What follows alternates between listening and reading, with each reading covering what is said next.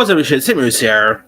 With the sad passing of actor James Van Der Beek, I decided to go ahead and do my top 10 favorite James Van Der Beek projects. Because he's had a interesting wide range of films, TV and all. So here is my official top 10. Alright, number 10 is the FX series Pose. Now, Pose was, of course, created by, was a series that was, created by Ryan Murphy here. And it's just like FX drama about like a New York ballroom culture in the 1980s and 90s, focusing on like the LGBTQ community, chosen families there. And it was actually pretty decent series throughout. You had Billy Porter, Dominic Jackson, Evan Peters, and James Van Der Beek's character is Stan Bowles, who's this arrogant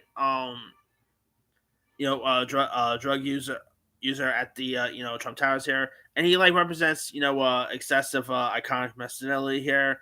And it's a really decent groundbreaking series. I thought it was pretty good. Van Der Beek did a really good job here. Really decent performance at least. All right. Coming in at number 9 is the short-lived CBS sitcom Cora, Friends with Better Lives. This is a rom-com series centering on 6 friends at various stages of their lives, married, divorced, newly engaged. It didn't really last too long. It only lasted one season, but I thought the show was actually pretty decent. Had some charm to it.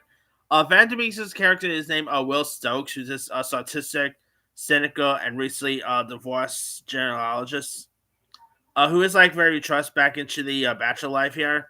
And you also had some other interesting cast members, like Entourage star Kevin Connolly, former supermodel Brooklyn Decker, Zoe Lister-Jones from Life is Pieces fame. It is a really decent series. I think it's that sadly only just lasted one season, but I thought the show was pretty decent, to say the least. All right, coming in at number 8 is the show One Tree Hill. Now, he of course appeared on like about 4 episodes here as the character of Adam Reese, who's a Will Arrogant and eccentric movie director hired to adapt Lucas Scott's novel into a film. And of course, obviously, you have China Michael Murray, Sophia Bush, Hillary, Byrne, many others. I mean, One Tree Hill, of course, obviously was an iconic teen TV show of the 2000s. So the fact they were able to get like a former teen movie star like James Van or teen TV drama star like James Van Der Beek for this, I thought was really good. You definitely saw some scenes throughout. Really decent performance there. All right, coming in at number 7 is the film called Castle in the Sky. Now, Castle in the Sky is a Studio Ghibli animated film about 2 kids searching for their legendary floating city in Lapodia. And this was directed by Haruki Mizaki. Where of course, James voices this character named Pazu, who's a brave and kind-hearted kid who dreams of providing his late father with like a floating city here. And of course, you have other good voice talents like Mark Hamill, Manny Patinkin, Cloris Leachman, Anna Paquin. I mean, obviously, it's the U.S. voice cast I'm talking about here. But yeah, I thought Van Der Beek did a good job at voicing the character. I really quite like the animated look. It's such a really decent one for you guys. I'm saying that. All right. Coming in at number 6 is Jay and Silent Bob Strikes Back. Now, of course, this is the Kevin Smith comic classic about 2 stoners, Jay and Silent Bob, who heads to Hollywood to stop a movie from being made. And you got James Van Der Beek, who actually plays himself alongside Jason Biggs, who actually play the actors cast as Bluntman Chronic. And yeah, I really quite like. Now again, James Van Der Beek doesn't really have much to do with this. Like again, he's only just playing his part, and Jay and Silent Bob actually, just take them aside and say their clothes and stuff like that, which I thought was hilarious. But it was a pretty fun cameo, say the least. Of course, James Van Der Beek will go on to return again for Jay and Silent Bob reboot, which I thought was cool as well. But yeah, I really quite liked his portrayal as himself. It was a really fun gag moment. Obviously, there was a funny Dawson's Creek reference as well, which I thought was pretty good. Really, and I just love Jay and Silent Bob as well. All right, number five. Now, of course, now Jay and Silent Bob is not the only time where he actually portrayed himself on screen. Number five is a show called "Don't Trust the Bee" in Apartment 23. This is where like a naive girl moves to New York City and becomes roommates with this chaotic party girl played by Kristen Ritter. And Vanderbeek plays like a fictionalized version of himself, struggling actor constantly trying to leverage his Dawson's Creek image here. And I really quite liked his part throughout. Definitely so lots of scenes here. Seeing of course Vanderbeek really, it's always fun seeing him like make poke fun at himself and stuff like that. And the show only lasted for about, I believe, 2 seasons. It was a really decent series. If you guys never seen it, give it a go. It had Dreamer Walker, Kristen Ritter, a really hilarious series. Very underrated, too, by the way. All right. Number 4 is an underrated high school movie that I feel like hardly no one talks about anymore. And that's a show called Angus. About this, now Angus is about this overweight science my teen named Angus, who struggles with bullying and has a crush on the most popular girl at school. And this was actually Vanderbeek's film debut. This was actually before Dawson's Creek even came out.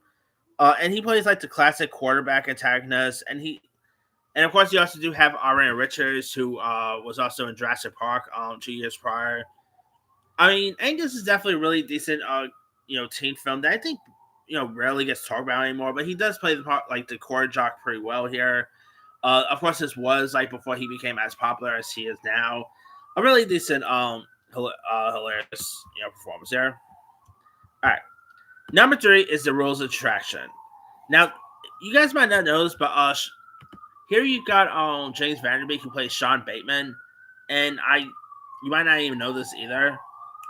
He actually played like the Sean Bateman character is actually Patrick Bateman's brother, because this is based on Bret Easton Ellis' story. It's, I guess you could say, it's set in like the same world of American Psycho, and this is a very interesting dark look of sadistic and debauched lives of students. And here you got Vanderbeek who plays like the younger brother of this Patrick Bateman, and he's like a very cynical drug dealer here. And of course, you have like James Vanderbeek, Chaz Salzman, Ian Somerhalder. A really like this was like, I guess say one of his most darkest roles to date, because obviously he was trying to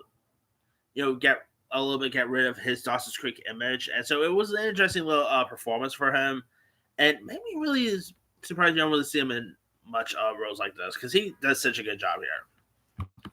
All right, coming in at number 3 is Varsity Blues.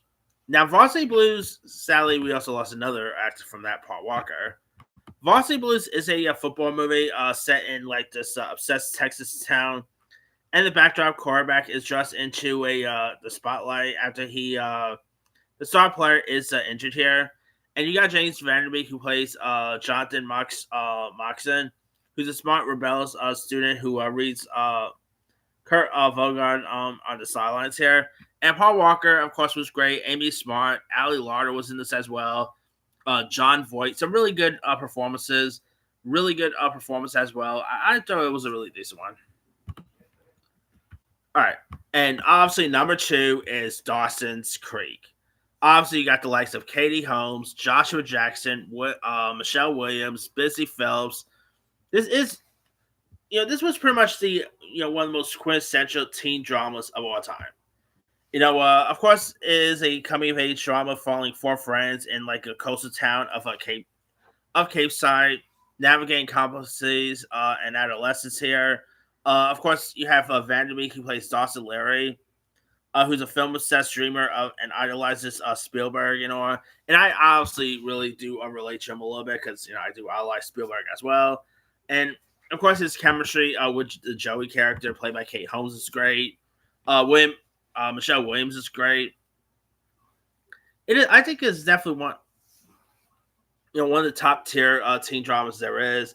Before CW and other stuff came around, and there more teen dramas here. But it was a really decent role, like one of his most iconic roles to date.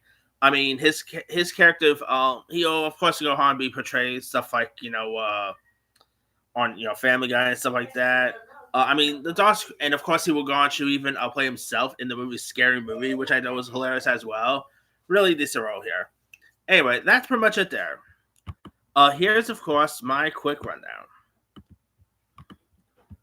All right. Number 10. All right, number 10 Pose. 9 cat. Friends with Better Lives. 8 One Tree Hill. 7 Cash in the Sky. 6 Jay and Silent Bob Strike Back. 5 Don't Trust a Bee in Apartment 23. 4 Angus. 3 The Rules of Attraction. 2 Varsity Blues, and number 1 is Dawson's Creek. Now, a few other ones I could have included as well. Let's see. Texas Ranger, that was okay. His cameo in Scary Movie, The Eye Inside, Standing Still, Labor Day with Josh Brolin. That was a really nice little film, by the way. Bad Hair, which was a Hulu horror film. The Big Bang, How I Met Your Mother, Masked Singer he appeared on, CSI Cyber. He appeared on Modern Family as well. I mean, he's been over concentrating that premiere on Amazon last year. He was good in that. But let me let you guys. What are some of your favorite James Van Der Beek projects? Draw comments below. Don't forget to like, subscribe, hit that bell for notification. This is Timmy Siren.